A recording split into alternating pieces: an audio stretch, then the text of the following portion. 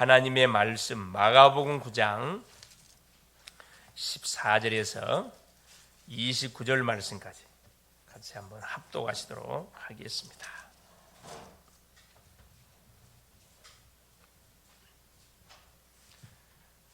하나님의 말씀 마가복음 9장 14절에서 29절 말씀까지 같이 한번 합독하시도록 하겠습니다. 이에 그들이 제자들에게 와서 보니 큰 무리가 그들을 둘러싸고 서기관들이 그들과 더불어 변론하고 있더라. 온 무리가 곧 예수를 보고 매우 놀라며 달려와 문안하거늘 예수께서 물으시되 너희가 무엇을 그들과 변론하느냐? 우리 중에 하나가 대답하되 선생님, 말 못하게 귀신 들린 내 아들을 선생님께 데려왔나이다. 귀신이 어디서든지 그를 잡으면 거꾸러져 거품을 흘리며 이를 갈며 그리고 파리해지는지라.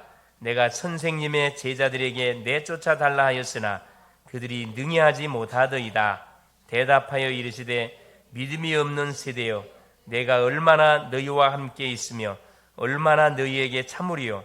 그를 내게로 데려오라 하시매 이에 데리고 오니 귀신이 예수를 보고 곧 그 아이로 심히 경련을 일으키게 하는지라. 그가 땅에 엎드려져 구르며 거품을 흘리더라. 예수께서 그 아버지에게 물으시되 언제부터 이렇게 되었느냐 하시니 이르되 어릴 때부터니이다. 귀신이 그를 죽이려고 물과 불에 자주 던졌나이다. 그러나 무엇을 하실 수 있거든 우리를 불쌍히 여기사 도와주옵소서. 예수께서 이르시되 할 수 있거든이 무슨 말이냐? 믿는 자에게는 능히 하지 못할 일이 없느니라 하시니 곧 그 아이의 아버지가 소리를 질러 이르되 내가 믿나이다. 나의 믿음 없는 것을 도와주소서 하더라. 예수께서 무리가 달려와 모이는 것을 보시고 그 더러운 귀신을 꾸짖어 이르시되 말 못하고 못 듣는 귀신아, 내가 내게 명하노니 그 아이에게서 나오고 다시 들어가지 말라 하시매 귀신이 소리 지르며 아이로 심히 경련을 일으키게 하고 나가니 그 아이가 죽은 것 같이 되어 많은 사람이 말하기를 죽었다 하나 예수께서 그 손을 잡아 일으키시니 이에 일어서니라. 집에 들어가심에 제자들이 조용히 묻자오되 우리는 어찌하여 능히 그 귀신을 쫓아내지 못하였나이까? 이르시되 기도 외에 다른 것으로는 이런 종류가 나갈 수 없느니라 하시니라. 아멘. 주는 살아계신 예수는 그리스도는 모든 문제 해결자입니다.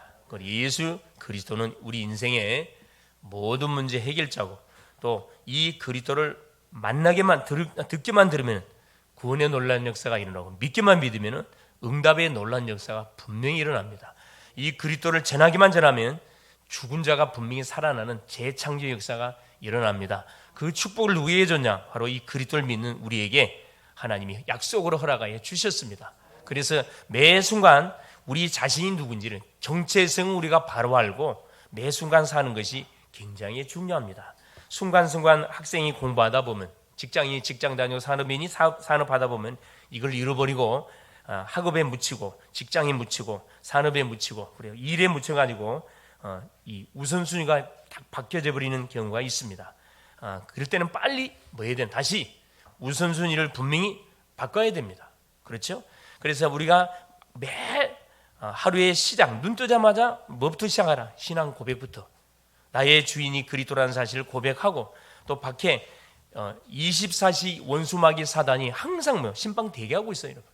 흑암을 꺾는 그 길이 뭐냐? 나를 살리고 흑암을 꺾고 현장을 살리는 답 중의 답이 그리스도의 고백을 날마다 하는 거예요. 하는 겁니다. 우리 식으로 말하면 가는 곳마다 확인사살. 그렇죠? 그래서 이 부분들을 우리가 알고 오늘 또 하나님 주시는 말씀 속에서 중요한 그런 답들을 확인하는 귀한 시간 될 수 있기를 바랍니다. 자, 오늘 말씀의 제목이 뭐냐면은 귀신 들린 아이를 치유하신 예수 그리스도. 한번 따라하겠습니다. 귀신 들린 아이를 치유하신 예수 그리스도. 귀신 들린 아이를 치유하신 예수 그리스도입니다. 자, 귀신 들린 사람을 우리가 치유할 수 있나요? 치유 불가합니다. 아까 우리 예정 청년이 기도한 것처럼 절대 불가능합니다. 치료가 안 돼요. 의사가 아무리 똑똑한 의사가 아무리 똑똑한 사람이 그렇죠. 어떤 사람을 갖다 붙여놔도 치유할 수가 없습니다. 그런데 누가 치유하셨다고요? 예수 그리스도께서 인생의 완전한 답이 되시고 인생 문제의 해결자 되시는 예수 그리스도께서 문제를 치료해 주셨는데, 그래서 예수 그리스도가 누군지를 바로 알고 바른 신앙생활하는 것이 얼마나 중요한지를 우리는 매 순간 깨닫고 체험해야 됩니다. 그렇죠? 그래서 영적 문제가 뭔지를 모르면요, 복음을 내가 들어야 할 이유가 없어요. 말씀을 들어야 할 이유가 없어요. 영적 문제가 얼마나 심각한지를 아는 사람은 매 순간 복음을 듣지 않고는 못 살게 돼 있어요. 그게 정상입니다. 멀쩡한 사람들은 예수 그리스도 믿으면 되지 그게 큰 문제입니까? 여기 가서 믿으나 저기 가서 뭐가 다릅니까? 뭘 모르고 있는 거죠? 영적 문제의 근원자가 누군지를 모르고 뭐 하고 있는 겁니까? 종교 생활을 하고 있기 때문에 오직이 안 되는 거예요. 오직이 안 돼요. 자, 가정의 달 지금 5월에 마지막 주를 지금 우리가 보내고 있습니다. 특별히 물론 매 순간순간 우리 가정이 달이 돼야 되지만은 특별히 하나님이 이 달만큼은 뭘 좀 생각해 보라. 가정이 얼마나 소중한지를 생각해 보고 가정의 신앙 상태를 점검해 보고 부모님의 신앙 상태, 우리의 자녀들의 신앙 상태, 우리 자신의 신앙 상태를 점검해 보고 혹시 우리가 놓친 것이 있으면은 이번 이 5월 달을 통해서 회복시키고 새로운 각오와 결단 속에 뭐 하라는 거예요? 그렇죠. 인생의 삶을 새롭게 출발해 가라는 차원에서 이런 중요한 그런 달을 정해가지고 가정의 달을 이렇게 우리에게 정해주는 거죠. 그래서 혹시 우리 개인이나 가정에 직장에 와 있는 혹시 문제가 있다 그러면은 원인이 무엇인지 분명하게 찾아내시고 그렇죠? 치유하는 시간이 될 수 있기를 바랍니다. 지금 심각한 문제가 와 있는데 그게 문제인지도 모르는 상태에서 그냥 시간 따라 흘러가는 사람들이 있어요. 옆에 지금 내 가족이 죽어가는데 그렇죠? 이미 사망 은도를 받고 죽어가고 있고 예수 믿지만은 영적 문제에 잡혀서 계속 시달리고 있고 고통받고 있는데 전혀 그거하고 나하고 뭔 상관이 있습니까? 이런 생각은 안 하겠지만은 그런 마음 상태로 안타깝지만은 그 신앙생활하는 사람들이 상당히 많습니다. 상당히 많아요. 이게 싸울 수가 없어. 영적 전쟁을 해야 되는데 싸울 수가 없어요. 우리가 싸우려면 영적 힘이 있어야 싸울 거 아니에요. 스파링 대상자가 누군지를 정확하게 알고 그 심령의 약점이 뭔지를 알고 우리가 영적 전쟁하면 100점 100승을 할 건데 싸움의 대상자가 누군지도 몰라. 그 싸움의 대상자의 약점이 뭔지도 몰라. 어떻게 그놈을 케어시킬 것이니 답을 몰라. 싸운들 어떻게 100점 100패를 당해버리죠. 지금 그런 신앙생활을 하고 있는 것이 아닌지 우리가 한번 뭐 해볼 필요가 있냐, 우리 자신들을 점검해 볼 필요가 있습니다. 그래서 그러기 위해서 우리 몇 가지 흐름을 반드시 구분할 수 있어야 됩니다. 첫째가 뭐냐, 종교와 복음의 흐름을 구분할 수 있어야 돼요. 똑같은 말처럼 보이죠. 종교, 복음. 이거 잘 들으셔야 됩니다. 자, 종교는 사도행전 4장 12절. 다른 이로서는 구원을 얻을 수 없나니 천하 인간의 구원을 얻을 만한 다른 이름을 우리에게 준 적이 없다고 그랬어요. 종교는 누가 만드는 것이냐? 사람이 만든 거예요. 종교는 왜 종교를 만들었죠? 우리 인간에게 닥친 창세기 3장 문제로 인해서 우리 인간에게 닥친 죄로 인해서 사탄의 공격을 받아서 닥친 문제를 해결을 하려고 하나님을 찾는데 그 영이신 하나님을 우리는 만날 수가 없어요. 볼 수도 없습니다. 그래서 보이지 않는 하나님을 뭐 하려고? 보이는 하나님의 대체품으로 우리 인간이 만든 것이 이게 종교입니다. 말은 좋잖아요. 말을 좀 가르칠 줄 높은 곳을 향하여 그렇죠. 선한 삶을 향하여 살아가도록 만든 것이 종교라는 뜻이거든요. 종교의 어원은 사탄 마귀입니다. 다이모니온. 종교의 근원이 마귀에서 출발됐다는 것을 성경은 밝혀주고 있습니다. 자, 그러면서 보세요. 복음. 이게 종교와 복음의 흐름이 뭔지를 정확히 구분할 수 있어요. 복음은 뭐냐? 로마서 1장 1절 4절에 정확하게 밝혀주고 있습니다. 자, 뭐라고 정해놓고 있냐면 예수 그리스도의 종이 된 나 바울은 사도로 부르심을 받아 하나님의 복음을 위하여 택정함을 입으신 하나님의 복음을 위하여 택정함을 입으신 이 복음이 뭔지를 정해내놨습니다. 하나님이 선지자들을 통하여 그의 아들로 관하여 성경에 미리 약속하신 것이라. 자, 그의 아들에 관하여 말하면 육신으로는 다윗의 혈통에서 나셨고 다윗의 후손으로 태어났잖아요. 성결의 영으로는 죽은 자들 가운데서 부활하사 능력으로 하나님의 아들로 선포되셨으니 곧 우리 주 예수 그리스도시니라. 복음이 뭐냐? 주 예수 그리스도가 복음이라 이 말씀하고 계십니다. 즉 복음은 우리 사람이 만든 게 아니고 하나님이 뭐 했다고요? 우리에게 찾아오신 거예요. 우리 인간이 하나님을 떠나서 죄 가운데 묶여 사단에게 농락을 당하고 있는 인생을 우리를 살려주시기 위해서 하나님이 직접 사람의 몸을 입고 이 지구상에 뛰어드신 이 사건, 이게 복음 사건입니다. 그분이 누구냐? 예수 그리스도예요. 그래서 예수 그리스도를 통하지 않고는 절대 뭐예요? 우리에게 닥친 인간의 근본 문제, 이 문제를 해결할 수가 없어요. 죄를 해결할 수가 없고 사탄의 문제를 절대 해결할 수가 없습니다. 두 가지를 구분할 수 없어요. 종교는 사람이 만든 겁니다. 복음은 하나님이 주신 거, 찾아오신 거예요. 종교의 기준은 행위예요. 노력이란 말이에요. 노력. 복음의 기준은 노력이 아니에요. 생명 자체입니다. 구원이에요. 종교의 결론이 뭡니까? 멸망입니다. 종교의 종착역은 지옥입니다. 복음의 종착역은 천국이에요. 영생입니다. 둘째가 뭐냐? 자, 더 깊이 들어가가 율법과 구원입니다. 이걸 구분할 수 있어요. 자, 율법은 하나님 왜 줬습니까? 갈라디아 3장 19절 정확하게 우리에게 밝혀놨거든요. 율법은 무엇이냐? 범법함으로 인하여 우리에게 주어진 겁니다. 우리가 하나님의 말씀을 불순종함을 통해서 하나님의 법을 어김으로 우리에게 하나님이 법을 준 거예요. 언제 줬냐? 그렇죠. 모세에게 줬잖아요. 이스라엘 백성들이 언약을 놓치고 애굽에 400년 동안 노예 생활하고 있다가 거기서 유월절 어린 양의 피를 바르면 해방받았어요. 해방받고 약속의 땅 가나안에 가는 광야의 여정 속에 하나님이 주신 것이 율법입니다. 뭐라고 줬냐? 범법함으로 준 거. 우리가 범죄함을 통해서 주어진 것이 법입니다.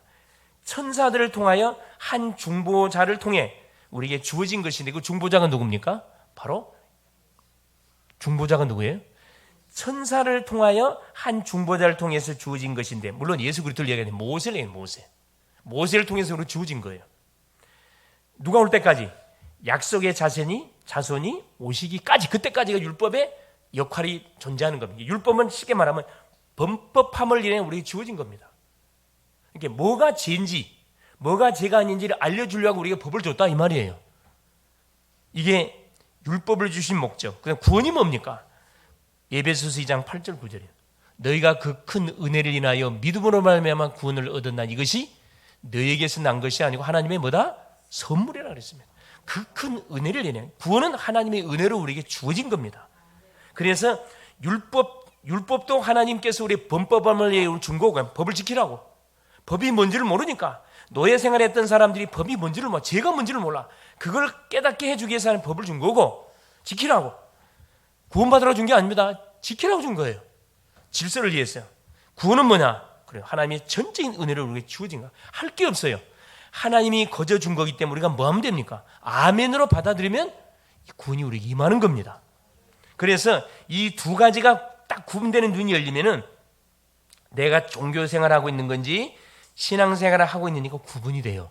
또 옆에 있는 사람을 딱 쳐다보면은 이분이 지금 종교 생활하고 있는 건지 신앙생활하고 있는 건지 딱 진단이 된다니까. 판단이 아니고 진단이 돼요. 진단이 돼야 그 사람에게 답을 줄 거 아니에요. 진단이 안 되는데 아무거나 믿으면 안 되잖아요. 그래서 우리는 계속해서 지금 마가복음을 통해서 복음을 확인을 해 가고 있는 겁니다. 자, 오늘 본문은 벙어리 귀신 들리고 간질 증세까지 겹쳐 있는 한 아들을 데리고 예수님께 찾아온 아버지 이야기예요. 이게 참 이런 부모 있으면 소망이 있어요. 할렐루야. 자, 문제로 인식하지 않고 절망하지 않고 포기하지 않고 그 문제를 가슴에 끈고 해답 대신 눈앞에 들고 나온 거예요. 하나님께 들고 나온 겁니다.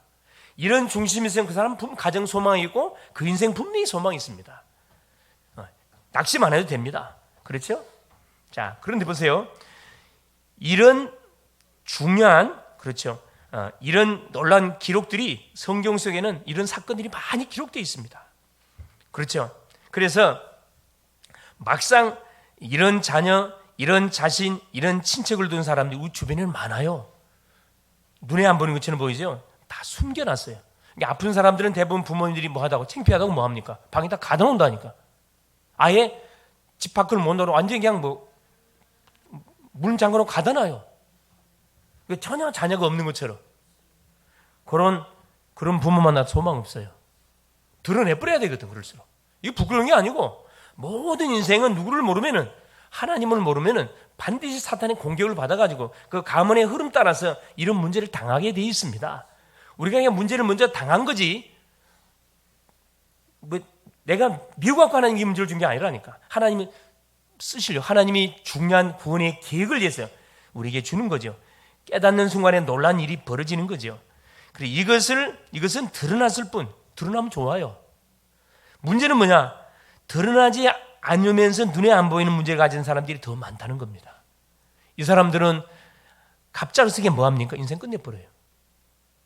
극단적인 선택해본다니까. 얼마나 다행이에요. 드러났어요. 누가 보더라도 이 사람이 정신적으로 아프구나, 마음적으로 아프구나, 육신적으로 아프구나 드러났습니다. 그건 뭐죠? 기도점이 분명히 우리한테 왔잖아요. 우리의 전문사에게 방해가 분명히 왔다 이 말이거든요. 이건 감사할 부분이지 이건 막 원망 불평할 부분이 아니라는 거예요. 그래서 오늘 말씀을 통해서 우리가 이 사건을 확인해 봄으로 답을 찾고 시험을 받기를 원하고 중요한 우리 개인을 향하여, 우리 가문을 향한, 우리 교회를 향한 기도 제목을 붙잡는 복된 시간 될 수 있기를 그리스도 이름으로 축원을 드립니다. 첫 번째입니다. 자, 귀신 들린 아이를 치유하신 예수 그리스도. 자, 예수님의 변형되신 모습. 자, 이 문제를 해결하기 위해서 예수님이 성령을 하셨고, 성령을 하신 다음에 40일 금식 기도를 하시고, 사단의 시험 속에서 대승리를 거두시고 공생의 사역을 딱 진행해 가시는 가운데 자기가 누군지를 뭘 통해 사역들을 통해서 제자들에게 하나씩 알려주시죠. 그러는 가운데 우리 주님이 변형되신 모습이 본장에 이렇게 기록이 되어 있습니다. 9장 자 1절 2절을 보겠습니다. 또 그들에게 이르시되 내가 진실로 너에게 이르노니 여기 서 있는 사람 중에는 죽기 전에 하나님의 나라가 권능으로 임하는 것을 볼 자들도 있느니라 하시니라. 이렇게 죽기 전에 하나님의 나라가 권능으로 임하는 것을 볼 자도 있겠다. 그러면서 3절 보세요. 2절 보세요. 2절. 누구를 딱 베나산으로 데리고 갔는가? 3명의 제자를 베나산으로 데리고 올라갔습니다. 엿새 후에 정확하게 말하면은 이 제자들이 베드로가 신앙 고백을 한 이후에 8장은 베드로의 신앙 고백에 관한 내용이에요. 주는 그리스도시요 살아계신 하나님의 아들이십니다. 신앙 고백을 하신 이후에 주님의 엄청난 칭찬이 있었죠. 바위나 시므라 내가 복이 있다.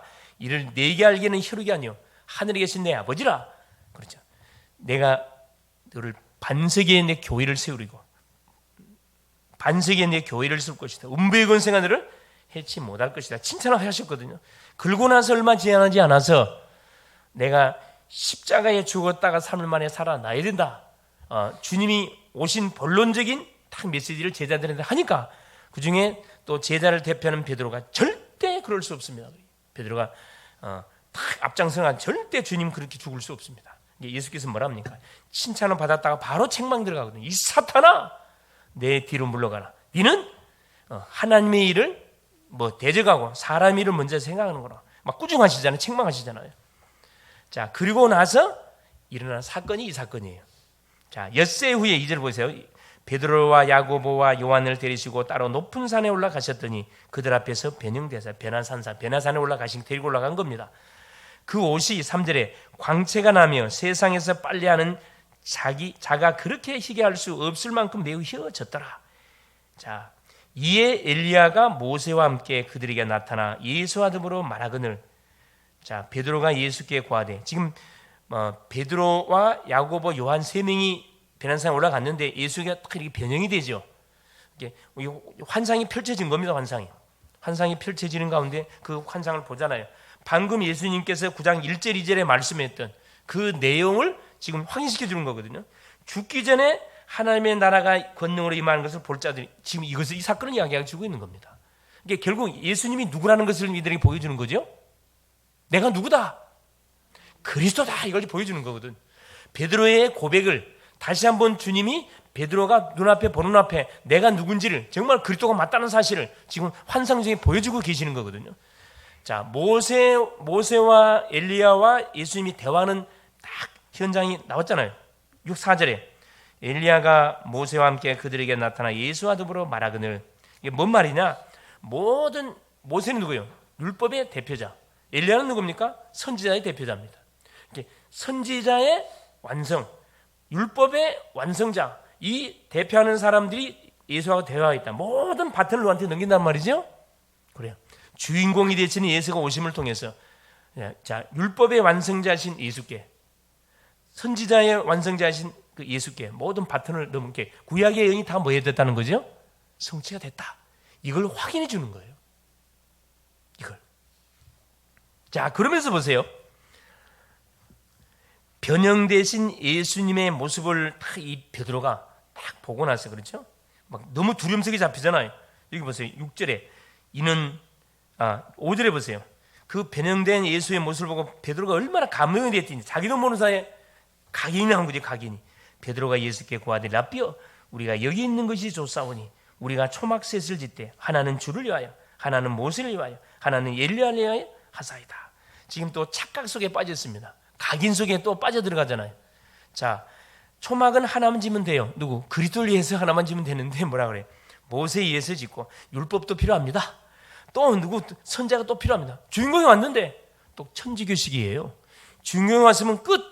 그렇죠. 선지자의 그림자, 구약은 그림자인데 주인공이 왔잖아요. 더 이상 뭐가 그림자 필요 있어요, 없어요? 그림자가 필요 없죠. 율법의 완성자, 주인공 왔어요. 더 이상 그림자가 필요 없어요. 그런데 베드로가 지금 그 이야기를 하고 있는 거거든. 또 율법도 또 필요로 하고, 또 율법도 지켜야 되고, 또 선제도 필요하고, 이런 식으로 이야기하는 거지. 그게 아니라는 거죠. 그래서 보세요. 자, 하나님이 뭐라고 확인시켜 주냐면은, 자, 7절에 보세요. 마침 구름이 와서 그들을 덮으며 구름 속에서 소리가 나되 이는 내 사랑하는 아들이니 너희는 그의 말을 들으라 하는지라. 이 6절에 보니까 몹시 무서함으로 그가 무슨 말을 할지 알지 못함이니라. 딱 주님이 우리 하나님께서 딱 음성으로 들려주잖아요. 그래서 확인시켜 줍니다. 확인시켜줘요. 자, 그러면서 보세요. 8절에 문득 둘러보니 아무도 보이지 아니하고 오직 예수와 자기들 뿐이었더라. 이게 누구만 남은 거예요? 오직 예수만 모여. 예수는 아무도 보이지 않았다 그랬거든요. 결국 우리 예수님이 베드로, 요한, 야고보에게 뭘 각인시키려고 사실 베난산에 데리고 간 거지요? 너희가 신앙 고백한 그대로 내가 그리스도가 맞고 더 이상 뭐가 필요 없다. 율법 끝났어요. 선지자 끝났어요. 누구만 필요하다? 오직 예수. 우리 구원 어떻게 받아요? 율법 지킨다고 받습니까? 착하게 산다고 받아요? 아니라 이 말입니다. 오직 예수만 믿으면 구원 받습니다. 누구를 막나요? 예수 이름 부르면 응답이 와요. 예수 이름 선포하면 사람이 살아납니다. 할렐루야. 두 번째 보세요. 자, 지금 밖에서는 지금 베난산성에서는 황홀경에 빠져 있는 상황 가운데 지금 세상에서는 어떤 일이 벌어지고 있습니까? 지금 9명의 제자들이 현상에 세상에 남아 있는데 지금 난리가 났잖아요. 그 내용이 지금 본장의 내용이거든요. 자, 귀신 들린 아이를 치유하신 예수 그리스도 14절에서 19절까지 쭉 내용이 자 기록이 되어 있습니다. 자, 그러면서 보세요. 자, 이 현장 세상으로 내려오는 사이에 예수께서 제자들한테 중요한 말씀을 던졌어요. 그게 9절입니다. 그들이 산에서 내려올 때 포럼하면서 내려왔죠. 예수께서 경고하시되 인자가 죽은 자 가운데서 살아날 때까지는 본 것을 아무에게도 이르지 말라 하시니라. 주의사항을 줬습니다. 너희들이 방금 본 거 아무한테 말하지 마라. 뭐 할 때까지? 예수님이 부활할 때까지는 말하지 마라. 부활 이후에 그때 말하라 이 말이거든요. 근데 이들은 그 말귀를 못 알아들었어요. 자, 뭐라고 이야기합니까? 자, 10절에 보세요. 그들이 이 말씀을 마음에 두며 서로 문의하되 죽은 자 가운데서 살아나는 것이 무엇일까 하고 이게 수백 번 예수님이 내가 죽었다 살아난다 말씀을 줬음에도 불구하고 전혀 그 메시지는 자기 이게 부활이라는 단어 자체가 이해가 안 된 거지 사실은. 그러니까 그것 때문에 서로 줄끼리 포럼하는 거죠. 자, 11절 이에 예수께 묻자와 이르되 어찌하여 서기관들이 엘리야가 먼저 와야 하나이까? 예수께서 뭐라 이야기합니까? 엘리야가 과연 먼저 와서 모든 것을 회복하거니와 어찌 인자에 대하여 기록하기를 많은 고난을 받고 멸시를 당하리라 하였느냐? 그러나 내가 너에게 이르노니 엘리야가 이미 왔다. 그 엘리야가 누구다고요? 세례 요한. 예수님을 소개하기 위해서 6개월 전에 먼저 온 세례 요한. 왔는데 너희들이 뭐 했다는 거라? 무시했다는 거거든요. 그 보세요. 뭐라고 이야기합니까? 그 마지막 절에 기록된 바 너희가 이르되 엘리야가 왔으되 기록된 바와 같이 사람들이 함부로 대우하였느니라 하시니라. 예. 자, 그러면서 14절 이에 그들이 제자들에게 와서 보니 난리가 났습니다. 지금 자기는 성령 은혜 받아서 성령 충만한데 딱 직접 어디 가정에 가보니까 직장에 가보니까 직접 현장에 가보니까 난리가 났어요. 지금 어떤 일이 벌어졌습니까? 자, 큰 무리가 그들을 둘러싸고 누구를 둘러싸고 있는 거죠? 지금 귀신 들린 아이를 데려온 그 아이를 지금 둘러싸고 있는 겁니다. 근데 제자들은 데리고 왔는데 제자들이 막 개망신을 당하고 있어요. 개망신 한마디로 얘기하면. 자, 서기관들이 그들과 더불어 변론하고 있더라. 온 무리가 곧 예수를 보고 매우 놀라며 달려와 문안하거든. 우리 예수님은 항상 언제 임해요? 언제? 정확한 시간표 속에 임합니다. 제자들 입장에서는 얼마나 누구를 애타게 기다렸겠어요? 그래, 귀신 들린 아이를 데리고 왔는데 이게 해결을 못 해주니까 얼마나 망신입니까? 그래도 예수님의 제자들인데 누구를 간절히 지금 바라고 있는 거라. 예수님만 오면 간단히 끝나는데 이런 중심 속에 있는데 딱 주님이 나타나잖아요. 말씀은 누구한테 임한다고요? 사모하는 사람에게 임합니다. 기다리는 사람에게. 믿음을 가지고 사모하는 사람이 말씀이 임한다니까. 딱 타임성이 그대로 왔어요. 예수께서 뭐라 합니까? 예수님은 알고 계셨죠. 그럼 물어봐요. 예수께서 물으시되 너희가 무엇을 그들과 변론하느냐. 자, 무리 중에 17절입니다. 하나가 대답하되 선생님 말 못하게 귀신 들린 내 아들을 선생님께 데려왔나이다. 아버지가 지금 이야기하는 거거든요.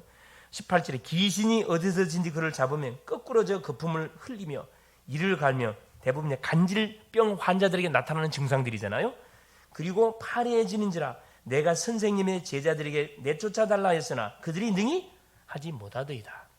뭘 보고하냐 하면은 제자들의 무능을 보고해주고 있습니다. 분명히 당신의 제자들이면 충분히 우리 아이의 문제 해결할 줄 알고 제자들 데리고 왔는데 해결을 못 해주더이다. 애가 탔어요. 지금 이 흐름을, 말씀의 흐름을 보니까 이 아버지 마음이 애가 탔잖아요. 지금 얼마나 애가 탑니까? 자기 사랑하는 아들이, 눈에도 아깝지 않은 아들이 귀신 들려갖고 처참하게 이렇게 짓밟힘을 당하는 그 모습을 보니까 얼마나 애가 탑니까? 자, 그때 보세요. 19절에 자, 대답하여 이르시되 예수께서 뭐랍니까? 탄식합니다. 예수님의 탄식과 진단. 자, 믿음이 없는 세대여 내가 얼마나 너희와 함께 있으며 얼마나 너희에게 참으려 그를 내게로 데려오라 하시네. 한탄하셨어요. 제자들 향 믿음이 없는 세대여 내가 얼마나 너희와 함께 있으며. 무슨 말이죠? 왜 내가 너희와 함께 한다는 사실을 믿지 않느냐 이 말이에요. 분명히 우리 주님이 너희와 함께 하고 있는데 왜 그걸 믿지 않느냐 이 말이죠. 육신의 예수만을 왜 바라보냐 이 말이거든요. 자, 20절 보세요. 이에 데리고 오니 귀신이 예수를 보고 곧 아이로 심히 경련을 일으키게 하는지라 그가 땅에 엎드러져 구르며 거품을 흘리더라. 당연히 누구? 빛 되시는 그리스도가 딱 계시는데 귀신이 발작하지 당연히. 자기 정체가 드러나 버렸잖아요. 자, 보세요. 예수께서 어떻게 상담을 하는지 잘 보세요. 이 굉장히 중요해요. 상담을 어떻게 하시는지 잘 들어보세요. 20절 보세요. 21절 예수께서 그 아버지에게 물으시되 언제부터 이렇게 되었느냐. 자, 중요한 말씀이 나옵니다. 뭐라고 이야기하죠? 그 아버지가 이르시되 어느 때부터요? 어릴 때부터입니다. 자, 우리 인간에게 와 있는 모든 영적 문제는 언제 왔다고요? 어릴 때. 더 구체적으로 태중 환경 때. 이미 어때? 우리가 태어나기도 전에 이 온 사건이에요. 이 예수님의 질문 속에 아버지의 답변이 중요한 답이 다 들어있어요. 어릴 때. 자, 그러면 뭐가 딱 연결이 됩니까? 어릴 때 문제가 왔다는 것은 그 가정, 그 가문이 어떤 가문이었다는 것을 우리가 예측할 수 있어요? 뭐 숭배하는 가정이요? 말을 우상 숭배하는 가정이지. 우리 식으로 말하면 열심히 제사하는 가정, 귀신 숭배하는 가정. 딱 진단이 되잖아요. 연결이 바로 딱 되거든. 자, 그러면서 보세요. 그래서 우리 인생의 문제, 특별히 한 사람 한 사람을 우리가 전도하기 위해서는 대충 그래서 대충 기도하고 되는 게 아니라니까. 그 사람을 어느 정도 도와야 됩니까? 근원적인 부분이 뭔지를 찾아가 그걸 갈아 벗버려야 됩니다. 그 근본적인 부분을 터치해내주면 해결 안 된다니까. 그래서 그냥 예수 믿으면 안 돼요. 그래서 오직 예수를 알아야만 이게 가능하다니까. 할렐루야. 이게 너무 중요한 말씀입니다. 이걸 깨닫는 순간에 우리의 가정 가문을 계속 농락하게 했던 이 원수마귀가 뭐하게 돼? 벗돌에서 이삭하게 돼 있다니까. 왜? 빛 대신 내가 딱 버티고 예수님이 빛인데 우리가 전도자인 우리가 빛입니다. 빛. 예수 그리스도가 내 안에, 빛 대신 그리스도가 내 안에 들어와 계시거든요. 우리를 보는, 문제 만난 사람이 우리를 보는 순간, 귀신 들린 사람들이 우리를 보는 순간에 바로 안다니까. 아, 이 가정은 있을 곳이 못 되는구나. 이 가정은 신방한 땅은 내가 된통당하겠구나. 지가 알아서 보따라서 간다니까. 그런 영적 상태가 될 수 있기를 바랍니다. 할렐루야. 틀림없어요. 자, 22절 보세요. 귀신이 그를 죽이려고 불과 물에 자주 던졌나이다. 그러나 무엇을 할 수 있거든 우리를 불쌍히 여기사 두어. 얼마나 간절한 지금 그 마음이 느껴집니까? 자, 23절 보세요. 자, 아버지의 믿음과 예수님의 치유, 그 내용이 나와 있는데 보세요. 예수께서 이르시되 할 수 있거든이 무슨 말이냐? 안심을 시킵니다. 믿는 자에게는 능히 하지 못할 일이 없느니라. 걱정하지 말아야. 왜? 모든 문제 해결자이신 내가 여기 있지 않느냐. 걱정하지 마라. 그러니까 24절 보세요. 참 이 아버지가 참 중심이 바른 사람이라. 곧 그 아이의 아버지가 소리질러 이래. 굉장히 센스 있는 사람이에요. 지혜가 있는 사람이라 이 말입니다. 자, 할 수 있거든 무슨 말? 믿는 자에게 능하지 못함이 없다 하니까 뭐랍니까? 주여 내가 믿나이다. 나의 믿음 없는 것을 도와주옵소서. 할렐루야. 이런 사람을 하면 찾고 있다니까. 분명히 현실적으로는 너무 어려워요. 동서남북 막혀버렸어요. 막힌 것 같아. 소망이 절대 불가능으로 보여요. 그때 우리가 하는 기도입니다. 그렇죠? 하나님, 예수님은 그리스도 맞지 않습니까? 나의 믿음 없는 것을 하나님 도와줘. 이게 믿음이거든요. 이게 아버지 입장에서는 할 것 다 해봤어요. 더 이상 할 게 없어요. 주 앞에 나왔잖아요. 주님이 답을 주잖아요. 답을. 그게 보세요. 25절 예수께서 무리가 달려와 모이는 것을 보시고 그 더러운 귀신을 꾸짖으시고, 항상 주님은 귀신을 더러운 귀신, 말 못하고 못 듣는 귀신아, 완전 농아인 되게 만들었고 벙어리 되게 만들었잖아요. 청각 장애인 되게 만들었고, 이게 다 귀신 역사잖아요. 내가 네게 명하노니 그 아이에게서 나오고 다시 들어가지 말라 하시매. 자, 귀신이 소리 지르며, 25절 보세요. 26절에 귀신이 소리 지르며 아이로 심히 경련을 일으키게 하고 나가니, 귀신 나갈 때 좋게 안 나간다 그랬죠. 막 뒤집어버리고 나간다니까. 이게 대부분 사람 그것 보고 놀래가지고 기도 안 한다니까. 겁이 나가지고. 예를 들어서 그런 경우도 많습니다. 산소를 이전한다 할지, 그렇죠. 이사를 한다 할지, 그러면은 이건 틀림없이 이 원수, 가문의 떼거리 귀신들을 숭배했던 그 소위 말하는 그 묘를 갖다 이장한다 할지, 그러면 대부분 불신자들 어떻게 하던가요? 누구를 데리고 와요? 그냥 아무나 가가지고 이상해요? 어떻게 해요? 그래요. 풍수지리하는 사람 부르고, 그래. 저만은 점쟁이 불러갖고, 그걸 보고, 사주를 보고 뭐합니까? 날 잡고, 이전하잖아요. 그러는 그 하다가 사람 죽어나가요. 실제 죽어나간다니까. 불신자들 말이에요. 우리 말고. 불신자들. 쫙 보세요. 귀신 좋게 안 나간다니까. 막 사방의 사건을 터뜨려. 여기서 광적이. 그때 응답이 오고 있는데 그걸 착각하고 있다니까, 우리 믿음의 성도들. 우리가 만약에 은혜를 안 받고 가만히 있으면 그건 분명히 귀신 역사 맞아요. 그러나 우리가 은혜를 받고 계속 기도하고 있는데 사건 벌어지는, 이건 뭐 하고 있는 거예요? 응답이 계속 오고 있는 거예요. 그때 뭐 하면 됩니까? 매일매일 24 예배에다 쌓아버리세요. 그냥 매일 예배 드려요. 잠깐 5분 10분 잠깐 예배 드리라니까. 딱 덮어놓고, 내가 우리 학생들한테 한 소리 있어요. 공부가 안 되면 공부를 하지 마라. 덮어놓고 뭐 해라? 덮어놓고 그때는 뭐라? 기도해. 기도. 덮어놓고 전도해. 그럼 하나님께서 뭘 줘? 지혜 줘요. 안 되는데 하려면 낙심돼요. 절망적인 마음밖에 안 든다니까. 그때는 딱 내려놓고 예배를 딱 드리라니까. 그러면 어둠이 싹 그칩니다. 그 맛을 한번 봐보시라니까. 실제 회복 다 된다니까. 주변에서는 안 된다고 계속 그러죠. 지금 불과 이제 끝났다. 그건 인간 소리예요. 그건 사단의 소리입니다. 하나님은 악명하잖아. 할 수 있거든. 무슨 말이냐? 믿는 자에게는 뭐가 없다고요? 능치 못함이 없다고 분명히 말씀하잖아요. 우리는 분명한 비밀이 있고 영적 배경을 가지고 있는 사람들이에요. 뭐가 아쉬워가지고 우리가 계속 기가 죽고 낙심 자질을 말할 필요 하나도 없잖아요. 사람 소리 듣지 마세요. 절대 사람 소리 듣지 마세요. 사람 소리 듣지 말고 24 기도하라 이 말입니다. 24 계속 주님을 바라보시라니까. 그래서 아침에는 힘을 얻고, 낮에는 눈에 보이고 귀에 들려오는 소리, 떠오르는 생각들을 뭘로 계속 하나님께 계속 기도로 바꾸라 이 말입니다. 기도로 바꾸면 바쁘니까 바꿔놓고 저녁에 확인해 보세요. 그게 분명히 응답으로 바뀌어져 있고, 나의 생각이 완전 바뀌어져 있는 모습을 딱 아마 진단하게 될 겁니다. 사람 보고 판단하지 마시라니까. 나타나는 결과 보고 판단하지 마세요. 대부분 아픈 사람들은 육신적인 결과만 봐. 치료도 안 되네? 그럼 뭐가 치료되냐? 치료 안 됩니다. 그런 믿음 갖고 어떻게 치료됩니까? 그렇죠? 학업하는 사람들, 직장 산업하는 모험들 마찬가지예요. 내가 은혜를 받고 있는데 계속 꼬인다. 전환점. 하나님이 뭔가를 우리에게 알려주는 사인이잖아요. 그걸 찾아내야지, 그렇죠? 찾아내라 이 말. 자, 그걸 보세요. 또 귀신 따라가세요. 아이가 죽음같이 되어 많은 사람들이 말해요. 또 인간들은 계속 불신앙 밖에 안 한다. 저 죽었다. 낙심, 좌절, 절망을 쓴 왜? 한 통속이거든. 누구 통속이요? 마귀 자녀들이잖아요. 다 종교인들. 그 종교인들의 소리 듣지 말라니까. 불신자의 소리 듣지 마세요. 반대로 들으시면 맞아요. 자, 27절에 보세요. 예수께서 그 손을 잡아 일으키시니 이에 일었으니라. 주님이 터치하니까 딱 일어나 버리잖아요. 자, 28절, 29절 보세요. 집에 들어가서 이제 창피하니까 제자들이 조용히 예수님과 같이 집에 들어가가지고 저희 물어요. 질문이 중요하잖아요. 이 제자들이 참 똑똑한 사람들이에요. 질문을 잘해야 됩니다. 자, 질문했어요. 묻자고 돼. 우리는 어찌하여 능히 이 귀신들을 쫓아내지 못하였습니까? 주님 뭐라고 말씀하십니까? 이러시되 기도 외에 다른 것으로는 이런 종류가 나갈 수 없느니라. 기도 외에. 자, 복음이 답니다. 불신자에게 가장 급한 것은 복음이에요. 구원받는 겁니다. 구원받은 성도에 가장 시급한 것은 뭐죠? 응답이라 그랬습니다. 응답받은 믿음은 성장돼 가게 돼 있어요. 아, 예수 믿는데 응답도 없어. 어떻게 믿음이 자라면 안 자라지? 자, 구원받은 성도에 가장 시급한 것은 기도 응답이에요. 기도 응답. 기도는 우리 이사야 62장 6절 10절에 하나님 뭐하고 계시다고요? 24시 응답을 우리 뭐하고 계시다? 하고 계세요. 여호와로 쉬지 못하시게 하라. 하나님은 24시 계속 응답을 주고 있다니까. 우리가 기도 안 하니까 뭐 하는 거예요?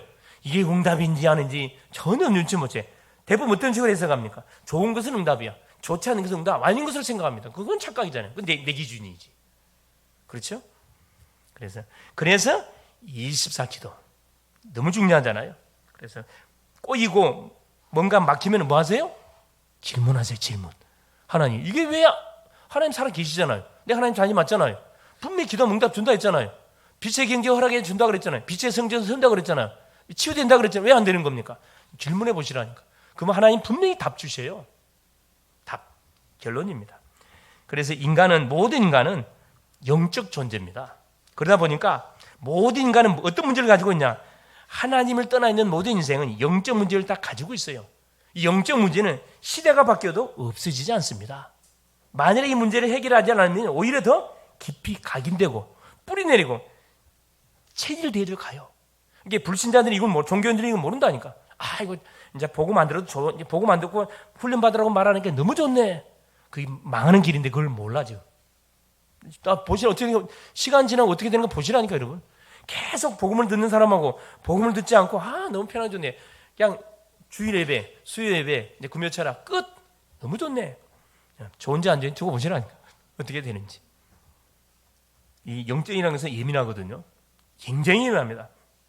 우리가 여기도 보면 은혜 받는데 굉장히 예민한 분들이 계셔요. 딱 말씀 선포되면 딱 언약을 찾아내는 사람들이 있거든요. 영적으로 굉장히 예민한 똑똑한 사람들이에요. 사실은. 사모하는 사람들이다 이 말이죠. 자, 보세요. 그래서 하나님은 복음을 우리에게, 그래서 하나님께 복음을 우리에게 준 거잖아요. 어떤 복음이죠? 오직 복음. 오직 그리스도로 결론 내지 않으면 갈수록 힘들어집니다.